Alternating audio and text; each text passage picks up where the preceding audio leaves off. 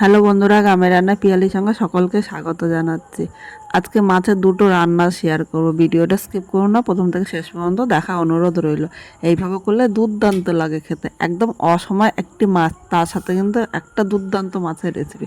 তাহলে কীভাবে করলাম চলো দুটো রান্নায় দেখে নেওয়া যাক। আমি 4 পিস মাছ নিয়েছি। মাছটা কিন্তু তোমরা কম বেশি করে নিয়ে নিতে পারো। তোমাদের দেখো স্বাদ অনুযায়ী আমি লবণ দিয়ে দিলাম।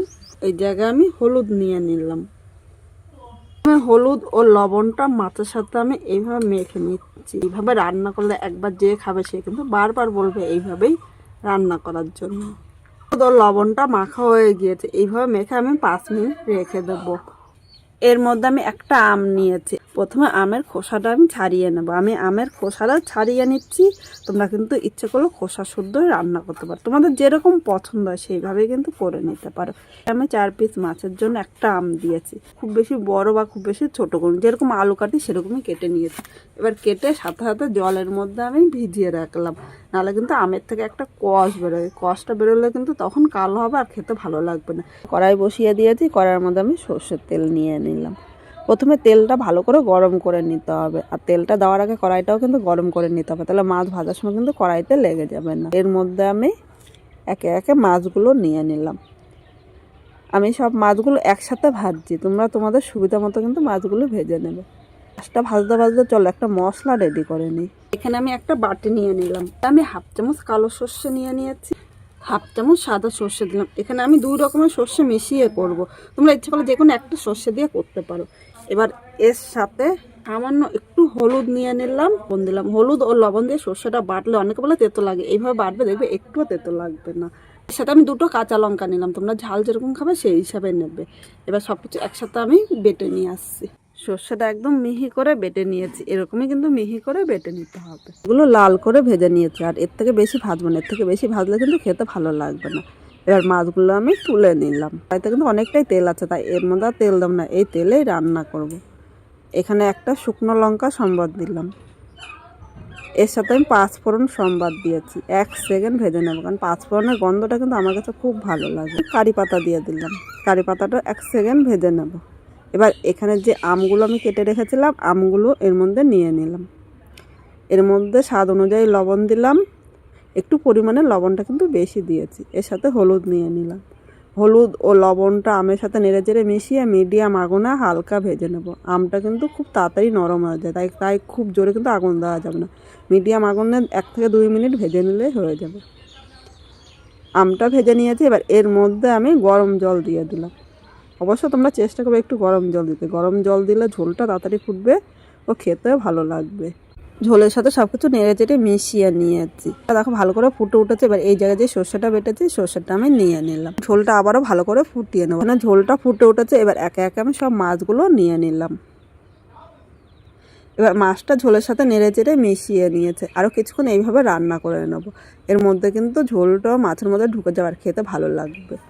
মাছের টোকটা হয়ে গিয়েছে, এবার আমি নামিয়ে নিয়েছি। অবশ্য তোমরা একবার করে, আর এই সময় জানি আমি আম পাওয়া যায় না, তোমরা আমের বদলে আমরা বা যে কোনো টক জিনিস দিয়ে করতে পারো, খেতে কিন্তু দুর্দান্ত লাগে। আর এরপরে রান্নাটা কীভাবে করলাম চলো দেখে নেওয়া যায়। দেখো আমি 4 পিস বাটা মাছ নিয়ে, তোমরা এখানে মাছটা কম বেশি করে নিয়ে নিতে পারো। এবার প্রথমে এই মাছের উপরে আমি লবণ দিয়ে দিলাম, পরে আমি হলুদ নিয়ে নিলাম।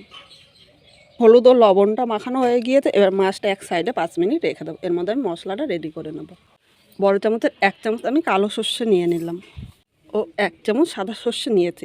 আমি এখানে কালো ও সাদা সর্ষে মিশিয়ে করছি, তোমরা যে কোনো একটা সর্ষে দিয়ে করতে পারো, শুধু কালো দিয়েও করতে পারো, শুধু সাদা সর্ষে দিয়েও কিন্তু তোমরা করতে পারো।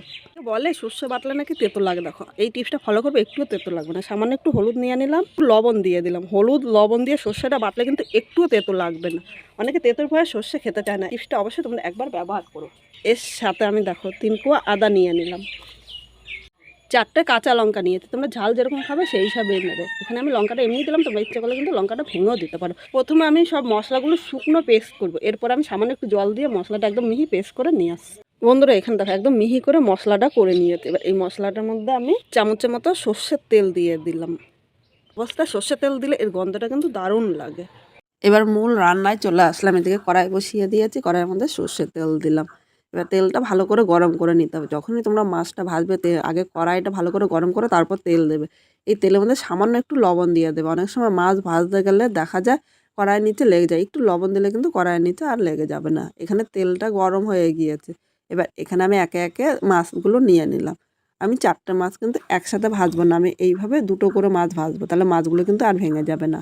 মিডিয়াম আগুনে মাছগুলো হালকা লাল করে ভাজতে হবে, খুব জোরে আগুন দেওয়া যাবে না, তাহলে মাছ উপরে দিয়ে লাল হবে আর ভেতর দিয়ে কাঁচা থাকবে, তখন কিন্তু খেতে ভালো লাগবে না। মাছগুলো এক পিঠ ভাজা হয়ে গিয়েছে, এবার উল্টে আমি আর এক পিঠ ভেজে নেব। এখানে মাছগুলো দেখো 2 পিঠই কিন্তু লাল করে ভেজে নিয়েছে, আর এর থেকে বেশি ভাজবো না, এর থেকে বেশি ভাজলে কিন্তু খেতে ভালো লাগবে না। এবার মাছগুলো আমি তুলে নিলাম। একইভাবে এই বাকি মাছগুলো আমি ভেজে নেব। সব মাছগুলো দেখো একইভাবে লাল করে ভেজে নিয়েছি। এবার এদিকে কড়াইতে সামান্য একটু সর্ষের তেল দিলাম, খুব বেশি কিন্তু এখানে তেল লাগবে না। এর মধ্যে 1/2 চামচ কালো জিরে সম্বাদ দিলাম ও একটা শুকনো লঙ্কা সম্বাদ দিয়েছি। 1 সেকেন্ড ভেজে নেব। এবার এখানে দেখো 1/2 চামচের কম একটু কাশ্মীরি লঙ্কার গুঁড়ো দিয়েছি। এই লঙ্কার গুঁড়ো দেওয়ার কারণ হলো এই লঙ্কার গুঁড়োটা দিলে কিন্তু এই কালারটা ভালো হবে। তেলের সাথে নেড়ে চেড়ে মিশিয়ে নিলাম। এবার এখানে মাঝারি সাইজের একটা টমেটো কুচি করে নিয়েছি, টমেটোটা দিয়ে দিলাম। সামান্য একটু লবণ নিয়েছি। এবার তেলের সাথে টমেটোটা নেড়ে চেড়ে মিশিয়ে মিডিয়াম আগুনে 2 থেকে 3 মিনিট এইভাবেই রান্না করে নেব। এইভাবে রান্না করে নিলে টমেটোটা কিন্তু খুব নরম হয়ে যাবে, কারণ এর মধ্যে লবণ দেওয়া রয়েছে। এইভাবে নাড়তে নাড়তে কিছুক্ষণ এইভাবেই রান্না করে নেব। 3 মিনিট রান্না করে নিয়েছি। এখানে টমেটোটা দেখো তেলের সাথে ভালো করে মিশে গিয়েছে। এবার এখানে যে সর্ষেটা আমি বেটে রেখেছিলাম এর মধ্যে নিয়ে নিলাম। বাটির গায়ে অনেকটাই বাটা মশলা লেগে আছে, তাই বাটিটা ধুয়ে সামান্য জল নিয়েছি, খুব বেশি কিন্তু এখন আমি জল নেব না। এবার এর মধ্যে স্বাদ অনুযায়ী লবণ নিয়ে নিলাম, প্রয়োজন মতো হলুদ দিলাম। এখন লবণ হলুদ ও সর্ষেটা ভালো করে নেড়ে চেড়ে মিশিয়ে কিছুক্ষণ কষিয়ে নিতে হবে। আজকে খুব সাধারণভাবে এই ঝালটা রান্না করছি, একবার দেখলে তোমরাও কিন্তু করে নিতে পারবে। এইভাবে রান্না করলে খেতে কিন্তু দুর্দান্ত লাগে। এখন জল দেবো না, জল ছাড়া কিন্তু এইভাবে মশলাটা কষিয়ে নিতে হবে। এখানে মশলাটা কষানো হয়েছে আর মশলা থেকে দেখো তেলও ছেড়ে দিয়েছে। এবার এর মধ্যে আমি উষ্ণ গরম জল নিয়ে নিলাম। অবশ্যই তোমরা চেষ্টা করো উষ্ণ গরম জল নিতে, কারণ উষ্ণ গরম জল দিলে ঝোলটা তাড়াতাড়ি ফুটবে ও খেতেও ভালো লাগবে। সব কিছু নেড়ে চেড়ে মিশিয়ে নিয়েছে। এখন মিডিয়াম টু হাই আগুনে এই ঝোলটা কিন্তু ভালো করে ফুটিয়ে নিতে হবে। ঝোলটা ভালো করে ফুটিয়ে তারপর মাছ দেবে, এর আগে মাছ দিলে কিন্তু এই ঝোলটা একদম খেতে ভালো লাগবে না। এখানে দেখো ঝোলটা কিন্তু ভালো করে ফুটে উঠেছে। এবার এর মধ্যে আমি একে একে মাছগুলো নিয়ে নিলাম। মাছটা দিয়ে আরও কিছুক্ষণ ফুটিয়ে নেব, যাতে এই ঝোলটা মাছের মধ্যে ঢুকে যায়। মাছটা এই ঝোলের সাথে নেড়ে চেড়ে মিশিয়ে নিয়েছি। এইভাবে আরও 2 থেকে 3 মিনিট কিন্তু রান্না করে নিতে হবে।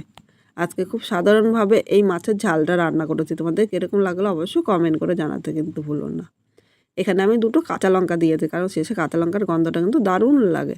এখানে দেখো মাছের ঝোলটা হয়ে গিয়েছে, এবার আমি নামিয়ে নিলাম। আজকে খুব সাধারণভাবে অল্প তেল মশলা কিন্তু 2টো মাছ রান্না করেছি, আর 2টো মাছই কিন্তু দারুণ হয়েছিল খেতে। সকালে বা দুপুরে গরম ভাতে কিন্তু দুর্দান্ত লাগে। অবশ্যই তোমরা বাড়িতে একবার করো, আর খেয়ে কীরকম লাগলো কমেন্ট করে জানাতে কিন্তু ভুলো না। এখানে দেখো মাছটা নামিয়ে নিয়েছি, এর উপর একটু কাঁচা সর্ষের তেল দিলাম, কারণ কাঁচা সর্ষের তেলের গন্ধটা আমার কাছে ভালো লাগে। তোমাদের কাছে যদি ভালো না লাগে তাহলে স্কিপ করতে পারো।